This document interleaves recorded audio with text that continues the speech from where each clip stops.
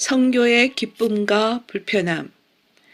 탐린 선교사님의 말씀입니다. 선교 한국에서 말씀을 전하게 되어 기쁘게 생각합니다. 저는 미국에서 IBF라는 학생 선교단체를 이끌고 있고 얼바나 대의 딜렉트를 맡고 있는 탐린입니다.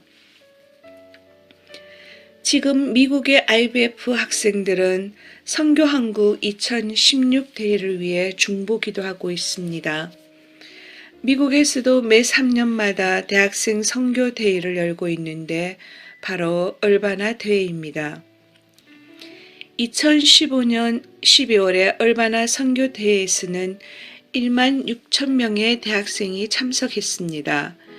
2016년 11월에는 아프리카 나이지리아에서 선교 대회를 열 계획인데 8천 명의 학생들이 참석할 것으로 예상합니다. 2017년에는 케냐에서 개최할 예정인데 약 5천 명의 대학생들이 참석할 것으로 예상됩니다. 그러므로 지금 한국에서 열리는 선교한국 2016 대회는 외로운 선교 대회가 아닙니다. 원래는 미국에서 열렸던 이 대학생 선교 동은 대회가 이제는 한국뿐만 아니라 세계 각지에서 열리고 있습니다. 저 탐리는 대만계 미국인입니다. 제 아내는 한국인입니다. 결혼한 지 우리는 17년 되었으며 두 딸을 두고 있습니다. 저는 성장하면서 제가 장래의 선교사가 될 것이라고는 상상도 못했습니다. 저희 부모님도 아들인 제가 장차 절대 되지 말아야 할 직업 중에 하나가 선교사였습니다. 저는 자라면서 선교사는 세상에서 제일 이해하지 못할 이상한 사람으로 생각했었습니다. 저는 어릴 때 부모님에게 순종 잘하고 공부 잘하는 아이였습니다. 명문대학교에 진학하고 졸업 후에 좋은 직장을 구하는 것이 제 어릴 적 꿈이었습니다. 저는 미국에 이민 온 대만계 가정의 장남이었습니다. 부모님은 저를 교육시키기 위해서 정말 많은 희생을 하셨습니다.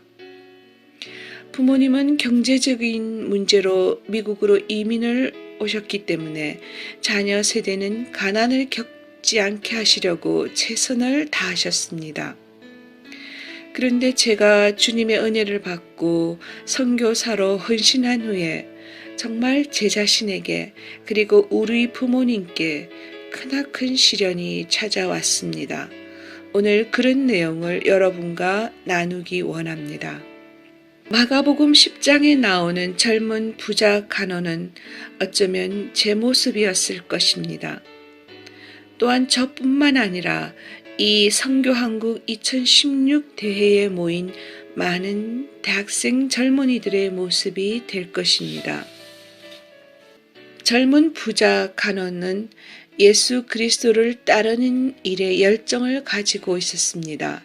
그래서 예수님을 제 발로 찾아왔지 않습니까? 그는 부모님이 자랑하는 똑똑한 아들이었을 것입니다. 그리고 학교에서도 좋은 성적을 거둔 수재이었을 것입니다. 바로 저와 여러분의 모습이죠. 그런데 제가 대학생 선교운동을 하면서 전 세계에서 수많은 대학생들을 만나면서 경험하는 것은 그 각자 대학생들마다 하나님의 종으로서 부르심에 순종하기 어려운 세 가지의 장애물이 있음을 발견했습니다. 첫 번째는 유망직업이라는 장애물입니다. 선교사가 된다는 것은 부와 명예를 가질 수 있는 직장을 떠나야 하는데 그 유망 직업이 때로는 우리에게 우상이 될 수 있습니다. 저는 자라면서 교회를 다니고 있었지만 하나님을 섬기는 자로서 훈련받은 것이 아니라 화려한 직장을 숭배하는 교육을 받으며 컸습니다. 아주 안정적이고 사회의 지위도 있고 무엇보다 많은 연봉을 보장받는 자리를 동경하며 컸습니다. 우리 부모님들이 자녀를 위해 희생하는 이유는 당신들의 미래를 위해서가 아니라 사실 자녀인 우리들의 미래를 위해서 그렇게 희생하시는 것입니다. 그래서 학교 교육 외에도 방과 후에 또 학원을 보내십니다. 많은 돈을 들여서 말입니다.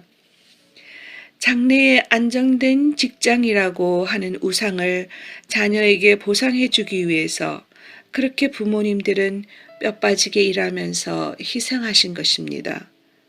자기 자녀들의 안정된 미래를 보장받게 하기 위해서 그렇게 애를 쓰셨습니다.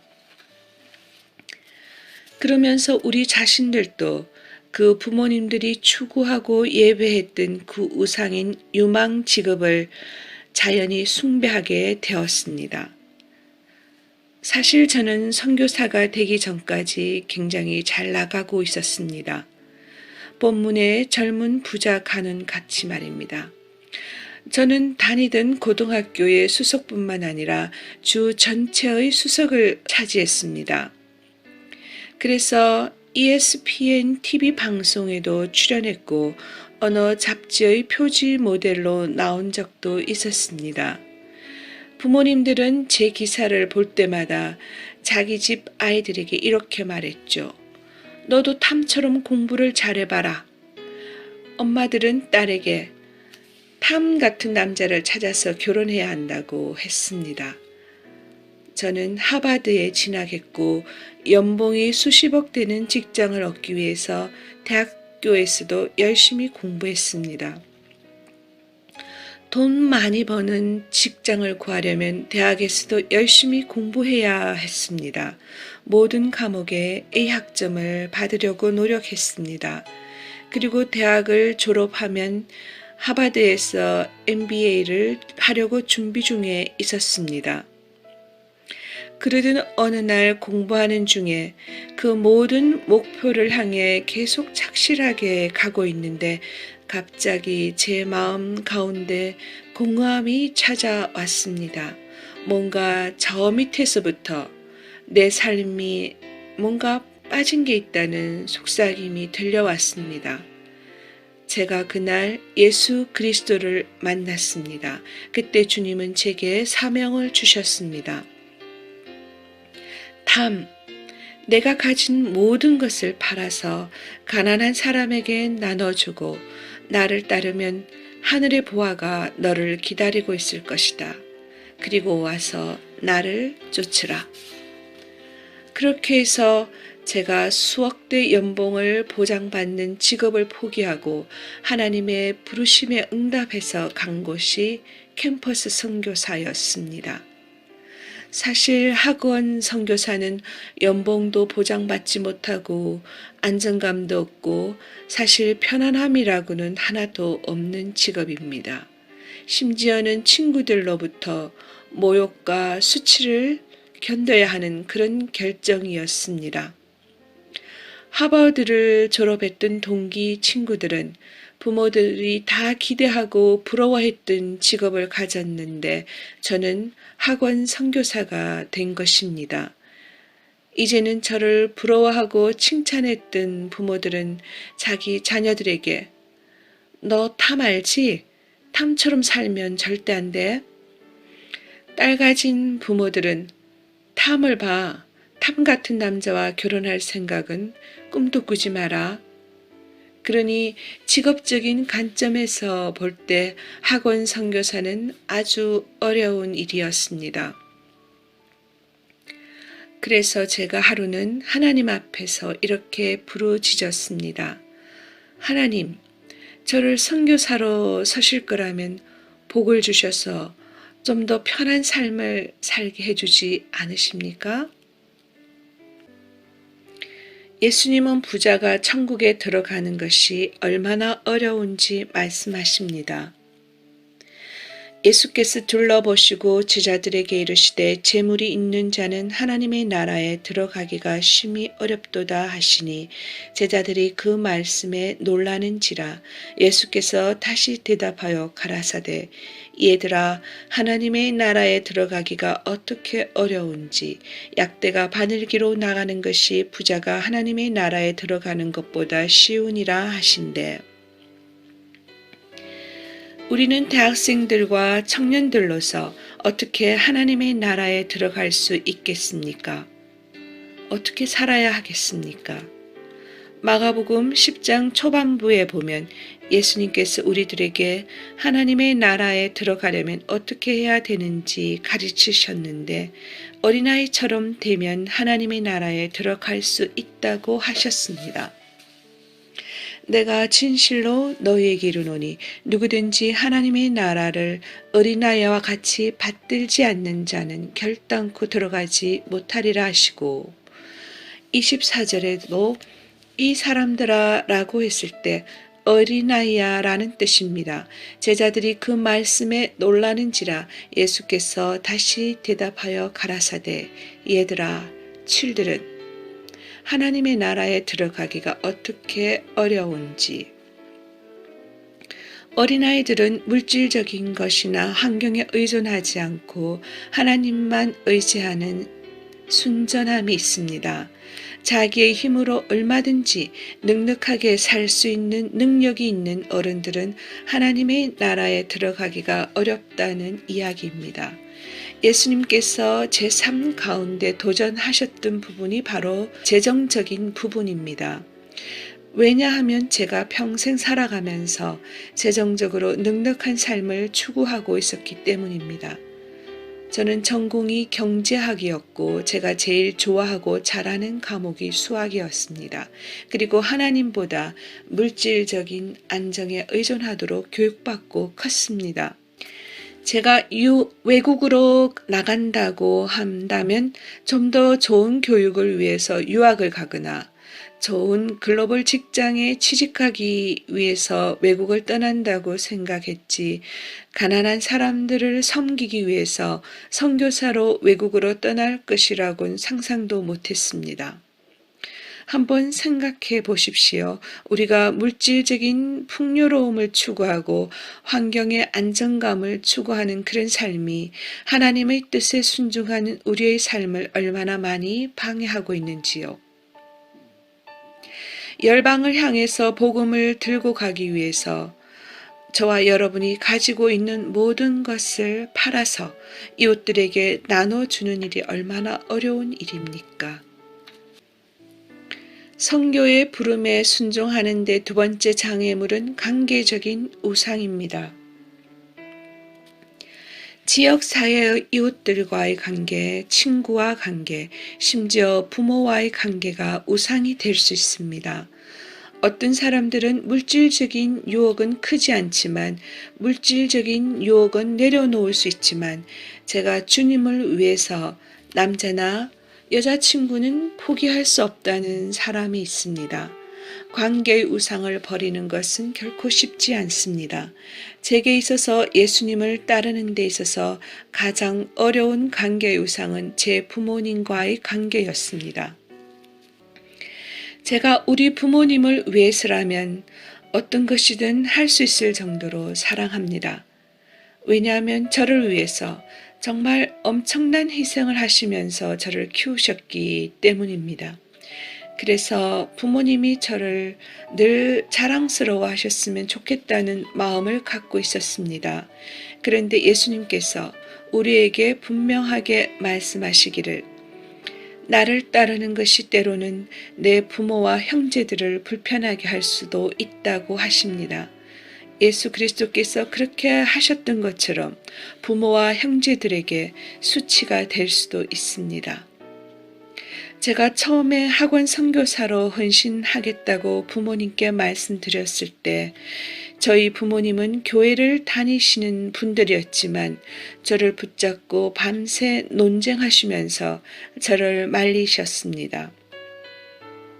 심지어 부모님은 제 앞에서 무릎을 꿇고 두 손을 모아 간청하며 탐, 제발 부모인 우리를 실망시키지 말아줘.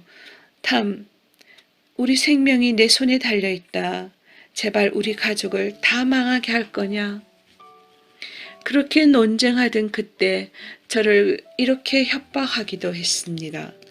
만일 그럼에도 불구하고 내가 그 길로 가면 나는 죽을 것이다.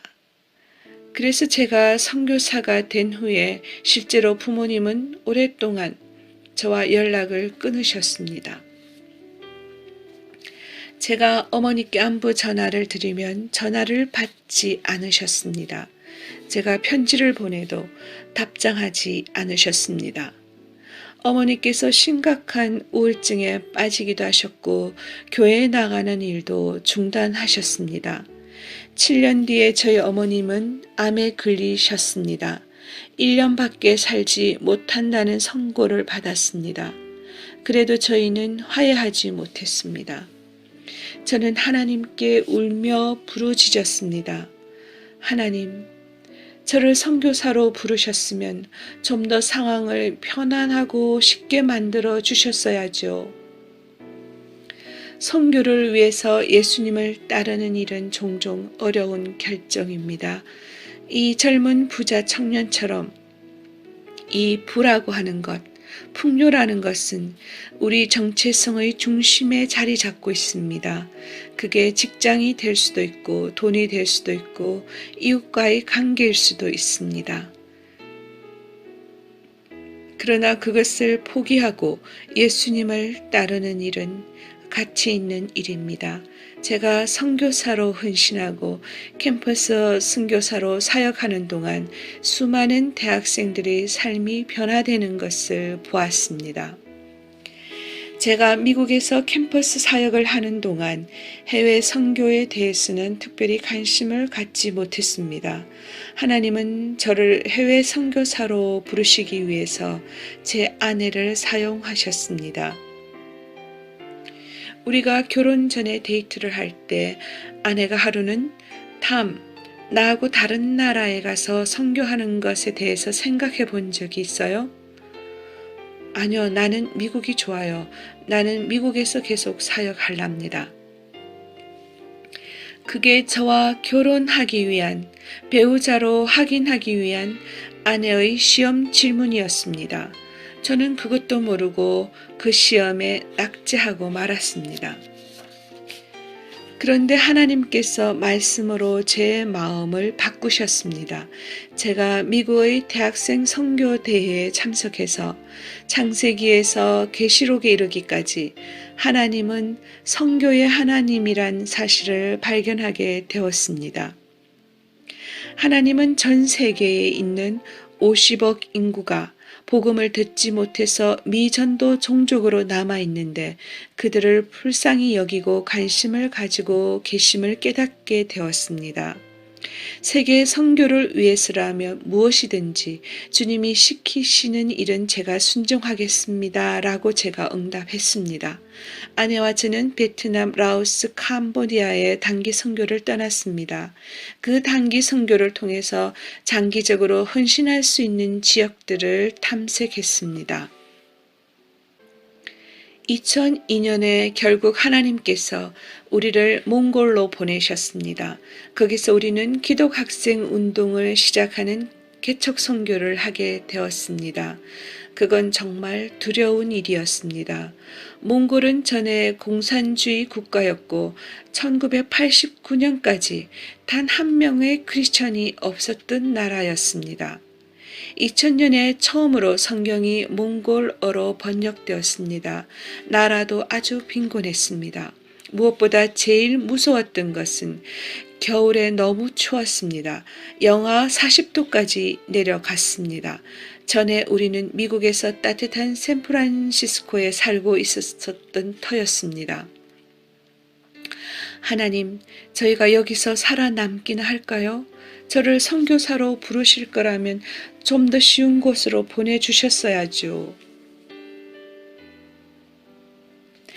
선교사로 부르심에 순종하지 못하게 하는 세 번째 우상은 자부심, 편안함입니다. 저는 하나님만 의지해야 하는 그런 열악한 환경으로 갈 준비가 되어 있지 않았습니다. 정말 겸손하게 무릎 꿇지 않으면 살아남을 수 없는 그런 열악한 환경. 그 길로 하나님은 가라고 명하시는데 저는 노라고 속으로 대답하고 있었습니다. 새로운 문화를 습득하는 것과 언어를 습득하는 것처럼 재미있는 일도 세상에 없습니다. 몽골의 초등학교 2학년 학생이 제가 언어가 안 되니까 저를 놀려댔습니다. 하나님은 영어를 포기해라. 너희 영어 설교는 아무 소용없다.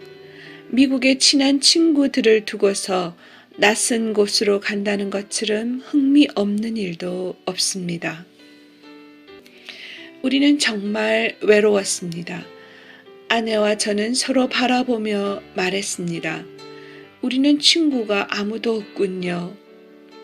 제가 살았던 샌프란시스코는 정말 매우 발전한 도시였는데 거리에서도 와이파이가 언제든지 어디든지 터졌습니다. 그런데 당시 몽골은 아주 IT가 낙후되어 있어서 어딜 가도 인터넷을 할 수 없었습니다. 5G, 4G, 3G, 심지어 2G도 없었습니다. 하나님, 우리는 아직 젊습니다. 우리는 훈련이 더 필요합니다. 라고 하나님께 따졌습니다. 몽골에 더 못 있겠다는 변명이었지요. 그러나 하나님은 더 있으라고 명하셨습니다. 하나님, 저는 갚아야 할 학교 돈이 남아있기 때문에 돈도 좀 더 벌어야 합니다. 그러나 하나님은 여전히 가라, 거기 머물러라고 말씀하셨습니다. 하나님의 부르심은 결코 쉬운 부르심이 아닙니다. 젊은 부자 청년처럼 그런 삶을 살았던 제게도 부르심이 쉽지 않았지만 지금 선교 한국 대회에 참여하고 있는 여러분을 향한 하나님의 부르심도 결코 쉬운 부르심은 아닐 것입니다. 가지고 있는 모든 것을 다 팔고 나를 따르라고 말씀하십니다. 여러분의 부르심은 어디입니까? 예수님께서 혹시 여러분을 부르실지도 모르는 그 선교지는 어디입니까? 하나님 한 분만 의지하지 않으면 안 되는 그런 열악한 환경은 어디입니까? 내가 믿기는 하나님은 대학생 여러분들을 선교지로 보내고 싶어 하십니다. 왜냐하면 역사 가운데 어떤 데보다도 지금처럼 젊은 사람들에게 하나님께서 능력을 주시고 물적 자원을 주시고 선교를 위해서 준비된 세대가 없기 때문입니다. 그 하나님의 선교적 부르심에 예스라고 응답하시지 않겠습니까? 마가복음 10장으로 다시 돌아가서 결론을 내리겠습니다. 예수님께서 그 선교의 부르심에 순종하는 제자들에게 놀라운 약속을 한 가지 하셨습니다. 예수께서 가라사대 내가 진실로 너희에게 이르노니 나와 및 복음을 위하여 집이나 형제나 자매나 어미나 아비나 자식이나 전토를 벌인 자는 금세에서 집과 형제와 자매와 모친과 자식과 전토를 100배나 받되 핍박을 겸하여 받고 내세의 영생을 받지 못할 자가 없느니라. 순종한 자에게는 엄청난 약속이 보장되어 있습니다. 제가 이 선교적 부르심에 순종하는 것은 정말 어려우면 어려울수록 나에게 보장되는 천국의 복은 더 크게 될 것이라는 것입니다. 제가 학원 선교사로 부르심에 순종했더니 또한 후에 몽골 선교사로 순종했더니 예수 그리스도께서는 제게 수백의 축복을 허락하셨습니다. 사역에서도 100배 이상의 성장을 경험하게 하셨고요. 몽골에서 지내는 4년 동안 그 캠퍼스에서 기독학생 운동이 엄청나게 부흥하기 시작했습니다. 저희가 시작했던 그 대학교 캠퍼스 기독학생 운동이 지금은 몽골 정부에도 정식으로 허락받고 사역하고 있습니다. 저희가 사역하는 그 기간 동안 500명이 넘는 몽골 대학생들이 그리스도께 돌아왔습니다. 저희 믿음도 100배나 성장했습니다. 몽골에서 사는 동안 매일매일의 삶이 기적이었습니다. 그 후 미국에서도 여전히 기적이 계속 이어지고 있습니다. 저희 부모님과의 관계에 있어서도 100배 이상의 축복을 경험하게 되었습니다. 전 세계에 걸쳐서 제게 영적인 가족들, 영적인 부모님 같은 분들이 연결되었고 저희와 교제하게 되었습니다. 제 어머니가 돌아가시기 몇 달 전에 어머니와의 관계도 100배로 축복을 경험했습니다. 어머니는 저를 집으로 부르셨습니다. 어느 날 밤에 저를 자기 곁에 앉히시더니 우리는 서로 울었습니다. 어머님은 제 손을 붙잡으셨습니다. 탐, 오랫동안 내게 꼭 하고 싶었던 말이 있었다. 내가 너무 미안하다. 내가 얼마나 힘들었겠니? 내가 선교사가 되겠다고 했을 때 적극적으로 후원했어야 했는데 엄마를 용서해 주겠니? 제가 7년 동안 그렇게 듣고 싶었던 이야기였습니다. 어머니께서 돌아가시기 전에 어머니 입을 통해서 제게 그렇게 고백하게 하셨습니다. 하나님은 신실하십니다. 아멘. 하나님의 나라의 선교로의 부르심에 순종하는 일은 어려운 일입니다. 그러나 가치 있는 일입니다. 여러분의 부르심은 어디입니까? 오늘 여러분과 함께 결단의 시간을 가지기 원합니다. 이 대회를 마치고 여러분이 집으로 돌아가면 제가 경험했던 것처럼 여러분도 하나님의 부르심을 막는 장애물들이 분명히 있을 것입니다. 젊은 부자 간원이 그랬던 것처럼 마음은 그렇게 하고 싶은데 우리를 가로막는 장애물이 반드시 있을 것입니다. 그래서 핑계대고 싶은 그런 영역들이 분명히 있을 것입니다. 그러한 핑계를 대지 않고 하나님께 헌신할 수 있는 종들이 되기 바랍니다. 하나님의 부르심 앞에 네 주님 제가 가겠습니다 하고 순종하는 그런 믿음, 언제 어디로 어떻게 가야 될지 모르지만 하나님이 부르시면 제가 가겠습니다 하고 결단하는 그 헌신, 여기에서 시작된 이 선교운동이 수백만의 복음을 알지 못하는 사람들에게 퍼져나가고 전 세계 선교적 운동으로 확산되는 것을 상상해 봅니다. 열방을 향해 가라는 부르심에 당신은 Yes, I will 이라고 대답하실 수 있겠습니까? 아멘.